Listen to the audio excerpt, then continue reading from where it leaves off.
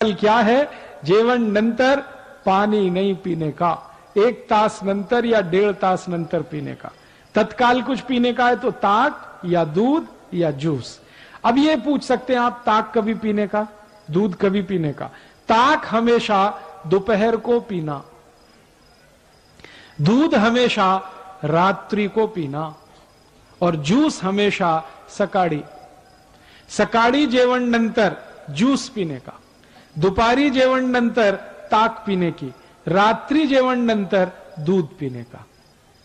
आप बोलेंगे ये क्या चक्कर है? सकाळी जूस, दोपहरी ताक और रात्रि को दूध। बात ऐसी है, हम जो भी कुछ पीते और खाते हैं, हमारे पोट में उसको हजम करने के लिए, पाचन करने के लिए कुछ रस की जरूरत पड़ती है, जिसको अंग्रेजी भाषा में एंजाइम्स कहते हैं। वो रस हमारे पोट में समय समय पर उत्पन्न होते हैं। ताक को पचाने के लिए, दही को पचाने के लिए जो रस चाहिए वो दोपहर को ही पोट में आता है ज्यादा। दूध को पचाने के लिए जो पाचक रस की जरूरत है वो सूर्यास्त के बाद ही पोट में पैदा होता है ज्यादा। और जूस को पचाने के लिए जिस पाचक रस की जरूरत है वो सकाळी सबसे जास्ती होता है। इसलिए नियम बना दिया गया, सकाळी जेवण नंतर जूस, दुपारी जेवण नंतर ताक, रात्रि जेवण नंतर दूध। समझ गए? अब आप ये, बहुत सारी आई और ताई यहां जो बैठी है वो ये कहेगी, हम तो हमारे बच्चों को सुबह सुबह दूध पिला के स्कूल भेजते हैं। आयुर्वेद कहता है कि सुबह का समय दूध पीने के लिए अच्छा नहीं है। सबसे अच्छा समय दूध पीने का है वो शाम को है। तो आप क्या पिलाएं सुबह सुबह बच्चों को? जूस पिलाइए, संतरे का रस पिलाइए, मौसमी का पिलाइए, द्राक्षी का पिलाइए, टमाटर का पिलाइए, गाजर का पिलाइए। कुछ नहीं है तो नींबू की शिकंजी ही पिला दीजिए, सबसे सस्ता। और जितने दिन ऊस खाने को मिलता है, जितने दिन, 3 महीने 4 महीने, तो सकाळी ऊस का रस जरूर पीने का, नाश्ता नंतर, जेवण नंतर। आप बोलेंगे इसमें क्या है? ये जो ऊस का रस है ये अद्भुत है। इसकी सबसे बड़ी विशेषता है कि इसमें भरपूर मात्रा में कैल्शियम है। और हमारे शरीर की ये जो हड्डियां होती हैं, इनको बनाने के लिए कैल्शियम सबसे जास्ती उपयोग में आता है। और जूस जो है, ऊस का रस, उसमें सबसे जास्ती कैल्शियम। फिर दूसरे नंबर पे सबसे जास्ती फास्फोरस है। कैल्शियम और फास्फोरस अगर किसी किसी रस में है तो वो तो सबसे अद्भुत है। इसलिए ऊस का रस जितने दिन मिले जरूर पीना। क्या क्या फायदा होगा? हड्डियां मजबूत होंगी, शरीर में चुस्ती फुर्ती रहेगी, ताकत बहुत ज्यादा आएगी। और मैं आपको 1-2 माहिती देता हूं। जो ऊस का रस पी सकते हैं सुबह सुबह, उनको जिंदगी में कभी भी काविड़ रोग नहीं हो सकता। काविड़ समझते हैं मराठी में? जॉन्डिस, आंखें पीली पीली हो जाती हैं, लघवी एकदम पीली आने लगती है, शरीर टूट जाता है, बिस्तर पे लेटना पड़ जाता है। और काविड़ की दुनिया में औषध नहीं है। एलोपैथी के किसी भी डॉक्टर से पूछेंगे, वो कहेगा काविड़ की औषध नहीं है, ये तो अपने आप ही ठीक होता है। डॉक्टर कहेगा आराम करो 20 दिवस, 25 दिवस, 30 दिवस। लेकिन इस काविड़ को होने नहीं देना, इसकी सबसे बड़ी ताकत है ऊस के रस में। तो ऊस का रस पिए, सुबह सुबह बहुत अच्छा होता है। और मैं इसलिए भी कह रहा हूं ऊस का रस पीने को कि सारे के सारे भारतीय नागरिक रोज सकाळी 1 गिलास ऊस का रस पिए, तो भारत के जो शेतकरी ऊस उत्पन्न करते हैं वो सब श्रीमंत और कोटिपति हो जाए। आप बोलेंगे वो कैसे? अभी क्या होता है, जो शेतकरी ऊस उत्पन्न करते हैं वो सारा ऊस साकर कारखाने में जाता है। साकर कारखाना चलाने वाला तो कोटिपति और श्रीमंत हो जाता है, शेतकरी वहीं का वहीं रोडपति रह जाता है। मैंने संपूर्ण भारत का 3 बार प्रवास किया है, उत्तर, दक्षिण, पूरब, पश्चिम। जो भी शेतकरी ऊस उत्पन्न करते हैं सब गरीब हैं, रोडपति हैं।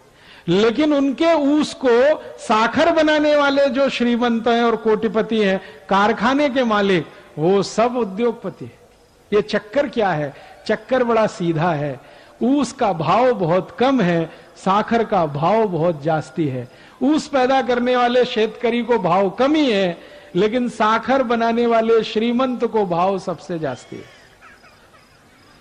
तो मेरा तो यह कहना है कि ऊस में से साखर बने, एक भी शेतकरी श्रीमंत नहीं हो सकता। अगर इसी ऊस का रस बिकने लगे और सारे भारतवासी पीने लगे, तो ऊस उत्पन्न करने वाला हर एक शेतकरी श्रीमंत होता है। और एक फायदा होता है, अगर ऊस का रस पिए ना, तो नपुंसकता की बीमारी कभी नहीं आती।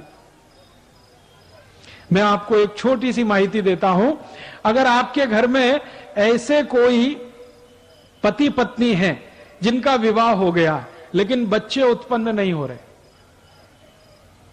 कमी किसी को भी हो सकती है, स्त्री में भी हो सकती है, पुरुष में भी हो सकती है। ऐसे किसी भी पति पत्नी को कहिए कि अगर बच्चा चाहिए तो ऊस का रस पियो। और क्या डालकर पियो? चूना डालकर पियो।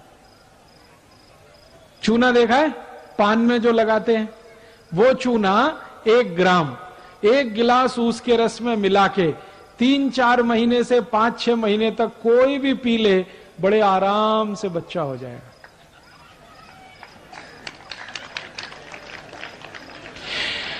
और ऐसी स्थिति में तो सबसे जल्दी बच्चा होगा जब पुरुष के वीर्य में शुक्राणुओं की कमी है और इस कारण से बच्चा नहीं हो रहा है।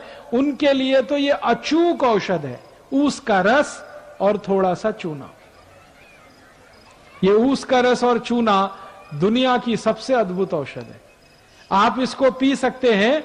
गुर्गे दुखने का अगर रोग है ना, तो भी इसको पी लीजिए, गुर्गा दुखना कम कर देगा। कांधा दुखता है, कमर दुखती है, संधिवात हो गया है, ऊस के रस में चूना मिला के पीजिए, बहुत अद्भुत परिणाम। बार बार काविड़ होता है, ऊस के रस में चूना मिला के पीजिए, और अच्छे परिणाम। नपुंसकता है, शारीरिक कमजोरी है, उसमें भी ये काम करता है। तो मेरा कहना है आयुर्वेद का नियम, सकाळी जेवण नंतर जूस पीने का, तो ऊस का रस सबसे अच्छा। दूसरे नंबर पर संतरे का रस, मौसमी का रस, द्राक्षी का रस, टमाटर का रस, गाजर का रस। और ये जितने भी रस आप पिएंगे, सबका पैसा शेतकरी समाज को ही मिलेगा। और शेतकरी समाज को पैसा मिलेगा, शेतकरी समाज श्रीमंत होगा। मेरी आपको एक छोटी सी विनंती है, कुछ और रस आते हैं हमारे देश में बोतल में बंद, वो कभी नहीं पीना, वो सब खतरनाक है। जैसे बोतल बंद, बाटली में बंद एक रस आता है, पेप्सी कोला, एक है Coca Cola, Thums Up, Limca, Citra, Mirinda, mango Frooti, ये सब बाटली में बंद आते हैं ना, और पैकेट में भी बंद आते हैं। ये खराब है, इनको नहीं पीना, क्योंकि इनमें दम नहीं है। आप बोलेंगे क्या दम नहीं है? इनमें है क्या? मैं विज्ञान का विद्यार्थी रहा हूं, और विज्ञान के विद्यार्थियों के ऐसे 14 तरह के केमिकल मिलाए जाते हैं, और ये सब जहर हैं, सभी विष हैं। ये पेप्सी और कोका कोला में तो एक केमिकल मिलाया जाता है, उसका नाम है फॉस्फोरिक एसिड। ये फॉस्फोरिक एसिड से आप जानते हैं क्या बनता है? संडास साफ करने वाला हार्पिक। आपने टीवी जाहिरात देखा? हार्पिक, वो संडास पात्र पे डालो, 2 मिनट में फ्लश करो, झकाझक सफेद कर देता है। वो कैसे कर देता है? उसमें एसिड मिलाया हुआ है जिसको तेजाब कहते हैं, और उसका नाम है फॉस्फोरिक एसिड। वही एसिड पेप्सी कोका कोला में भी मिलाया जाता है। तो एक बार मैंने सोचा कि हार्पिक से अगर संडास साफ हो सकता है तो पेप्सी से भी होना चाहिए, क्योंकि दोनों में एसिड है। तो मैंने मेरे घर में करके देखा। मैंने मेरे घर में क्या किया, 1 महीने तक संडास साफ नहीं किया, खूब गंदा हो गया, एकदम पीला पीला कचरा जमा हो गया उसमें। फिर मैं पेप्सी और कोका कोला की बाटली लेके आया और संडास पात्र पे गिराया, और 2 मिनट के बाद पानी से फ्लश किया संडास पात्र झक्काझक सफेद, एकदम व्हाइट एंड व्हाइट, एकदम नीट एंड क्लीन। वो दिन से मैंने एक जाहिरात शुरू किया है, ठंडा मतलब टॉयलेट क्लीनर। ठंडा मतलब कोका कोला नहीं है, ठंडा मतलब टॉयलेट क्लीनर। अब मुझे बड़ा दुख होता है कि पढ़े लिखे श्रीमंत लोग ये टॉयलेट क्लीनर गटागट पीते रहते हैं। जास्ती एजुकेटेड जास्ती पीते रहते हैं। Engineer, doctor, chartered accountant, manager, professor सब संडास साफ करने वाला पानी पी रहे।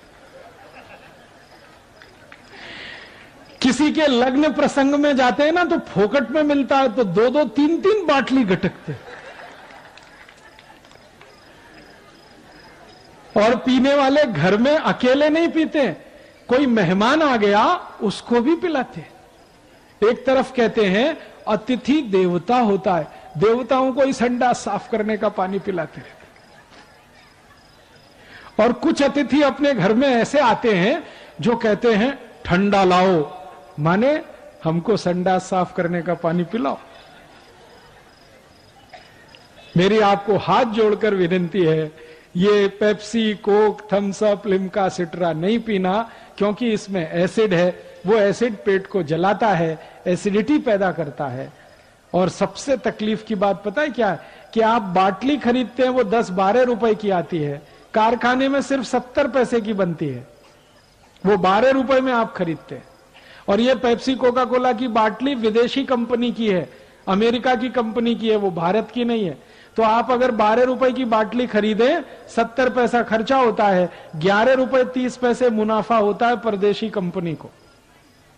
उसमें से वो 1 रुपए 1.5 रुपए टैक्स का देके, फिर दुकानदार को 1-8 रुपए देके एक बाटली पर लगभग 8 से 8.5 रुपए कमा के अमेरिका ले जाते हैं। अगर एक बाटली पेप्सी कोला किसी ने पिया, 8 रुपए भारत देश का अमेरिका को दिया। 2 बाटली पिया 16 रुपए दिया, 3 बाटली पिया 24 रुपए दिया। दर वर्षी भारत में पेप्सी, कोका कोला की 700 कोटी बाटली बिकती है। और दर वर्षी भारत देश का 5,700 कोटी रुपए अमेरिका जाता है। 5,700 कोटी रुपए इतनी बड़ी रकम है कि अगर इससे सोना खरीद लिया जाए तो बीड़ जिले के एक गांव की सड़क सोने से बन सकती है। इतनी बड़ी रकम हम अमेरिका को देते हैं, क्या पीकर? संडास साफ करने वाला पानी, Pepsi Cola, Coca Cola, Thums Up, Limca, Citra. तो मेरी आपको विनती है, नहीं पीना ये पेप्सी कोक। मैंने मेरे जीवन में यह देखा है कि जो पढ़े लिखे एजुकेटेड है ना, वो ही पीते हैं पेप्सी, कोका कोला। जो अनएजुकेटेड है, कभी पढ़ने के लिए नहीं गए, वो उसका ही रस पीते। इसका मतलब क्या है? अनएजुकेटेड है इंटेलिजेंट है, और एजुकेटेड है मोस्ट इडियट है। संडास साफ करने का पानी पी रहे हैं, दूसरों को भी पिला रहे हैं, देश का पैसा विदेश में भेज रहे हैं, और शेतकरी समाज को गरीब बना रहे हैं। तो आयुर्वेद का नियम जो मैंने बता दिया उसको ध्यान रखना है।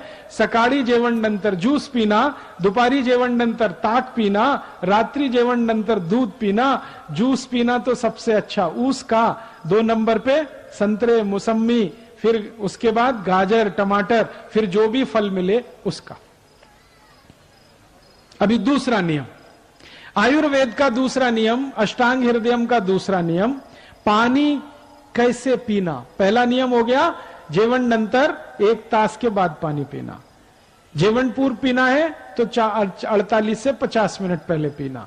जेवण मध्य पीना है तो 2 अन्न का भोजन अगर कर रहे हैं तो 1 अन्न खाने के बाद, दूसरा खाने के पहले थोड़ा सा पीना। जेवण नंतर तत्काल कुछ पीना है तो दोपहरी ताक पीना है, सकाळी जूस पीना है, रात्रि को दूध पीना। अब दूसरा नियम में बताने